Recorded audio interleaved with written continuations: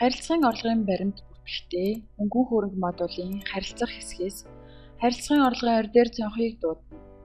Ингэснээр дараах цонх гарч ирэх бөгөөд дээд хэсэгт огноо хэсэгт гүйлгээ хийж буй огноо болон баримтын дугаарыг оруулж өгнө. Баримтын дугаар нь системийн тохиргоон дээр автоматар дугаарлагдана гэсэн тохиргоотой бол автоматар дугаараа авсан байх ба идэвхгүй төлөвтэй байх юм. Харин гараас оруулна гэсэн тохиргоотой бол идэвхтэй байх ба дугаарыг гараас оруулж өгнө.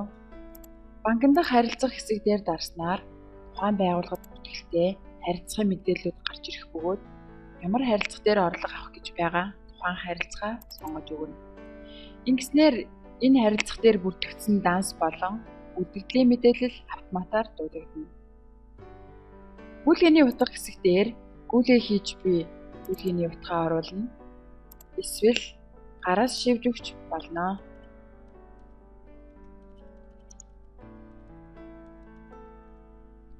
Гүйлгээний дүүн хэсгээр гүйлгээ хийж буй мөнгөн дүнгээ оруулна.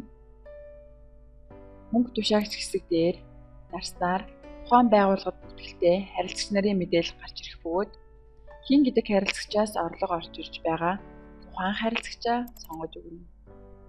Нэмэлтээр хавсралт баримт болон регистрийн дугаар, утасны дугаарыг оруулах боломжтой.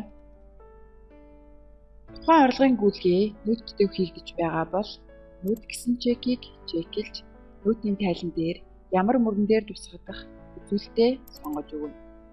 Үүний дараа хадгалагт авч дарна. Ингэснээр баримт амжилттай хадгалагдах юм.